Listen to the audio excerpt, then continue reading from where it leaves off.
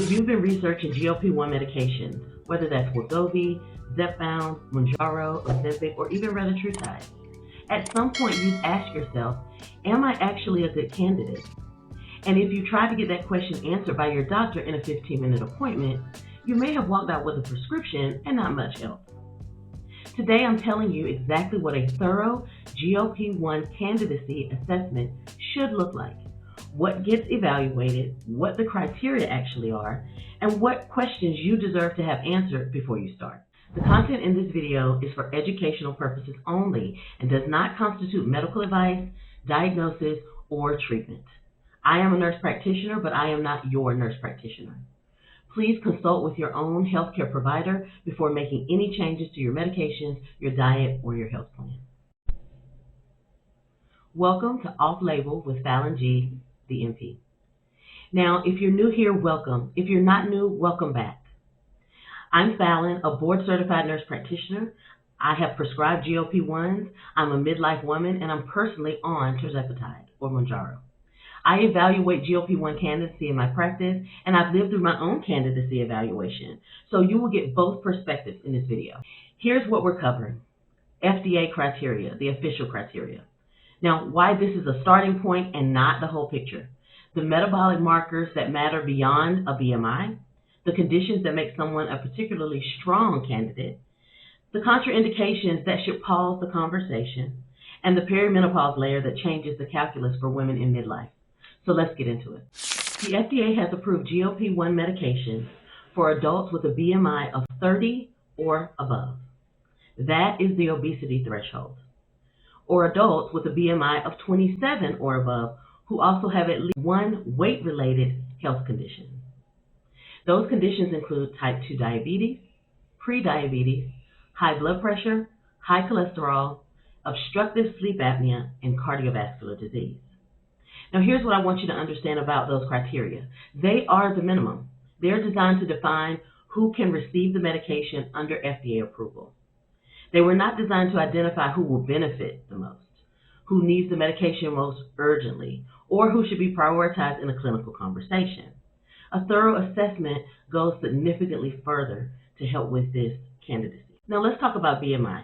BMI is one of the most limited tools in metabolic medicine.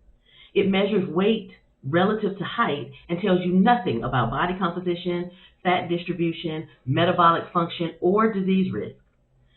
A woman with a BMI of 27 with significant visceral fat, insulin resistance, and a rising A1C, and a family history of type 2 diabetes has a very different risk profile than a woman with a BMI of 32 who is metabolically healthy. The number alone is insufficient. The clinical picture is what matters. In my practice, I assess metabolic health, not just weight, lab work, symptom picture, hormonal status, family history, quality of life impact. These are the variables that determine whether a GLP-1 is clinically appropriate, urgently indicated, or worth exploring further. Beyond the basic FDA criteria, here are specific clinical presentations that make someone particularly strong GLP-1 candidate, the circumstances where the medication is not just eligible, but genuinely indicated. So for example, prediabetes or an A1C in the 5.7 to 6.4 range. This is Mounjaro's home turf. The dual GIP and GLP-1 mechanism directly addresses insulin resistance, moving someone out of the pre-diabetic range before they can even cross over into the 6.5 threshold.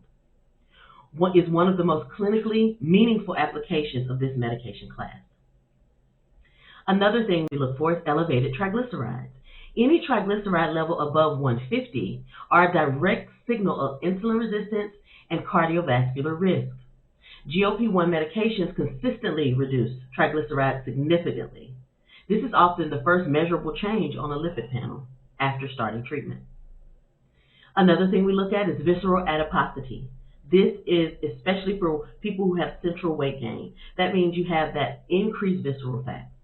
The abdominal fat that accumulates in perimenopause is metabolically active and inflammatory.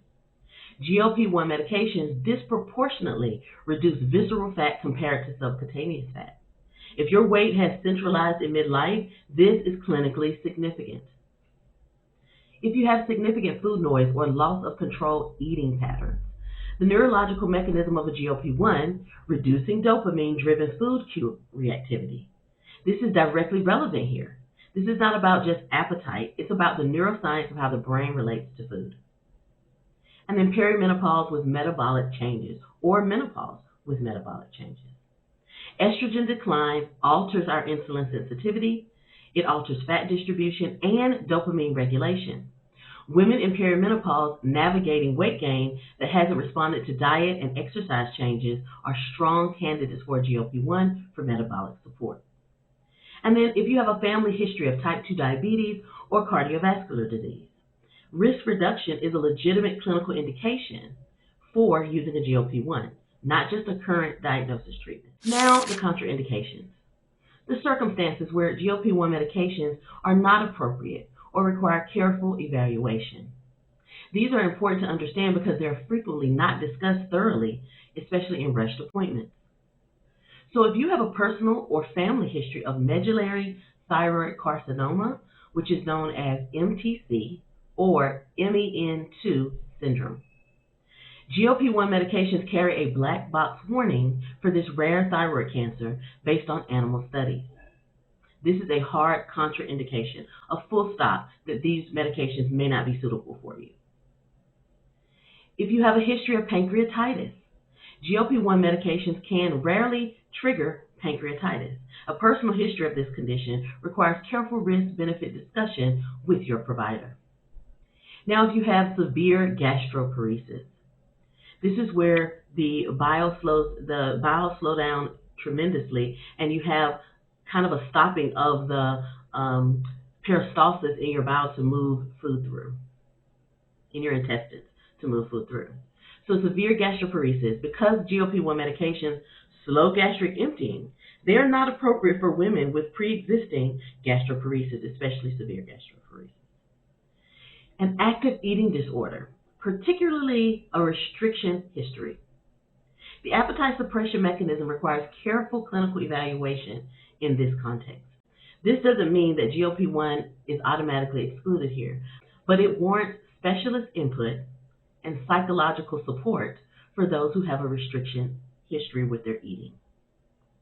Pregnancy or planned pregnancy in the near term. GLP-1 medications are not recommended during pregnancy.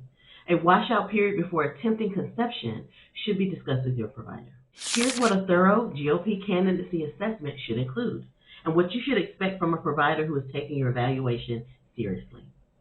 Complete metabolic labs, hemoglobin A1C, a fasting glucose and insulin level, full lipid panel, liver enzymes, a full thyroid panel, and a vitamin D level. Blood pressure, cardiovascular risk assessment, a detailed medical and family history, including thyroid cancer, pancreatitis, or any autoimmune conditions.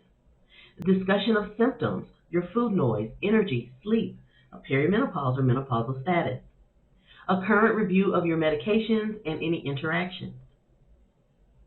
Discussion of realistic expectations, side effects, and the commitment required to start this therapy. A plan for monitoring, follow-up timeline, which labs to recheck and when.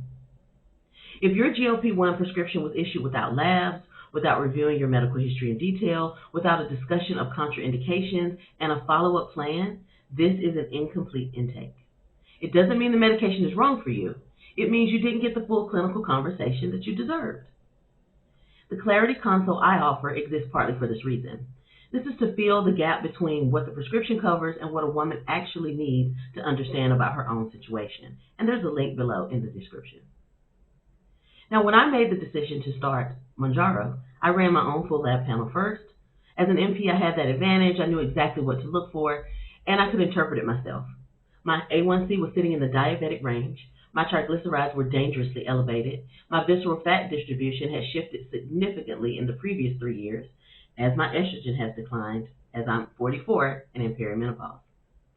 For every one of those findings made me a strong candidate clinically, not just based on my weight.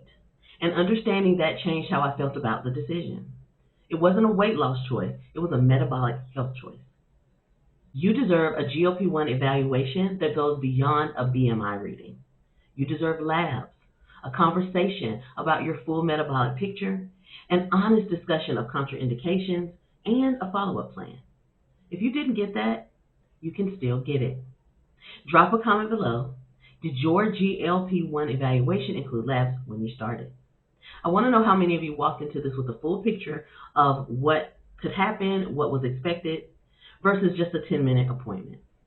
And if you want to go through your specific candidacy or your labs with me directly, the Clarity Consult link is in the description. Thanks for watching. Take care of yourselves, and I'll see you in the next one.